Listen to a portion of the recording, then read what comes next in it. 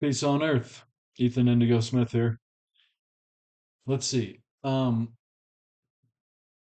posted something the other day that was about the most, let's see if I stand here, it might be better. Uh, the most controversial topic, that of uh, sexuality and men and women intersections, I guess. And it was in the terms of, it is in the term of duality of polarity, an intersection of idea, those ideas being falling in and out of love and intersected with men and women. I created a duality of polarity on this intersection, uh, and it was definitely worded improperly. And I based the idea on a yin yang orientation, which of course has the minor and major yin and yang context to it. Um, and it was an observation that I shared with my Tai Chi teacher, and he found it compelling and interesting. And I shared it in a post in a really poorly worded manner, which I think it made someone call me sexist and gay. So at least they're funny. For I am neither of those. But I have actually been called sexist before when I've presented ideas in terms of how I look at things in this sense. For I have uh, renounced feminism. And people think that I've renounced feminism, that I'm like right wing kook in that respect. No. Why would a divine feminine want to be equal with the divine perverted masculine? That's what's happening in a lot of places. So I'm certainly for equality, but I don't think men and women are equals. I mean, there's women are beyond men in so many ways that they don't have to pursue being equal. And in fact, I found the idea of the renunciation of feminism just in general, because I renounce all isms just as a matter of practice. But I found this idea specifically with women in Sedona, for what it's worth. And they were definitely not political and not right wing. And I would say that this really led me to pursue the idea of my book, Marijuana and the Prohibition of the Divine Feminine, because a lot of um, the isms is a trick anyway. Like basically all isms are partisan concepts that really that means that it's partial. So again, I'll probably be accused for many different things for this video, but I'm going with the advice that I've heard many other writers and idea explorers go with. If it's taboo, explore it. So what I should have worded the post as, and how I'll present it to you now, is that in masculine and feminine terms. Now that's not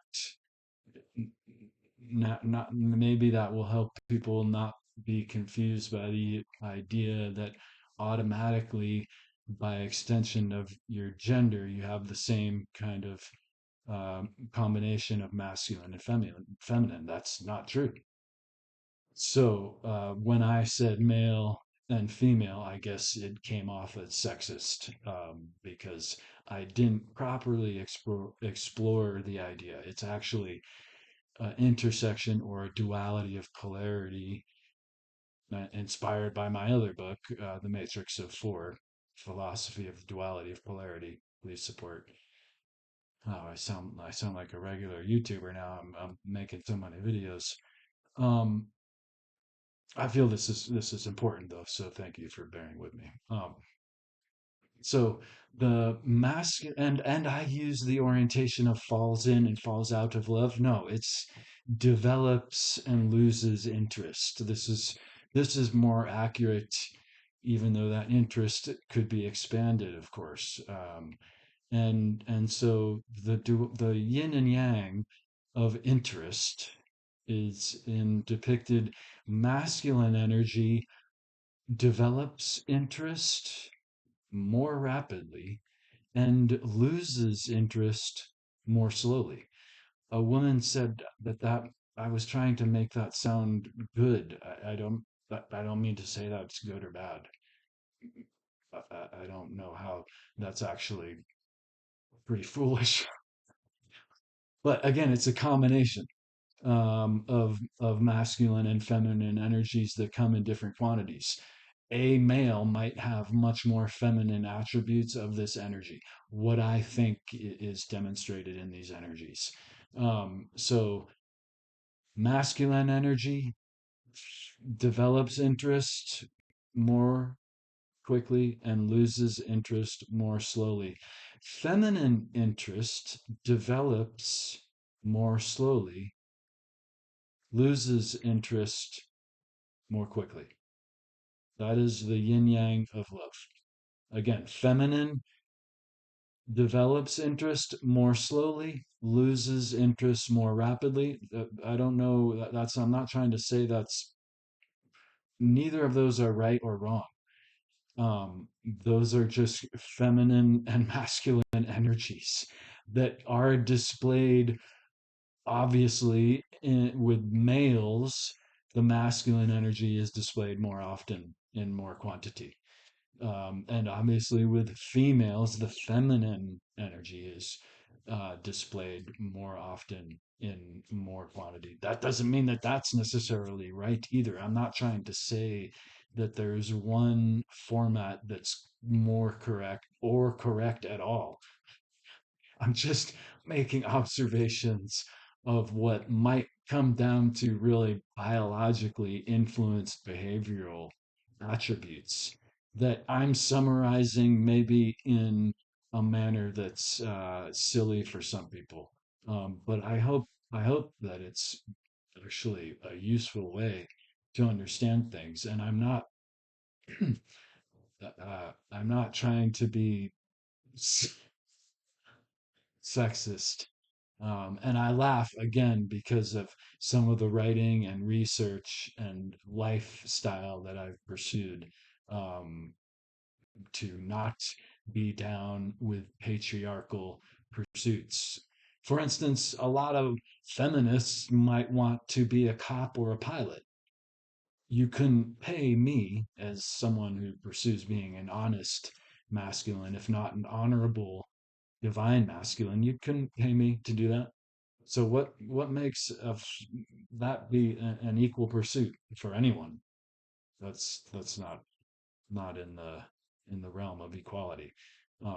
So equal rights. Let's pursue matriatism for a new kind of way to look at things and make sure that we do not discriminate or uh, anything of the sort between anyone based on their origination, their characteristics, their traits, and including gender, obviously.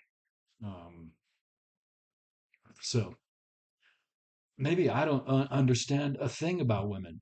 Let me know because that's entirely possible. But I hope that people find these ideas about the feminine and masculine energies and how they might work, not necessarily in correspondence with male and female in any particular. But I think that's a useful way to look at things and is very in line with the yin yang theory as well. Peace. Thank you for listening. Let me know how stupid I am.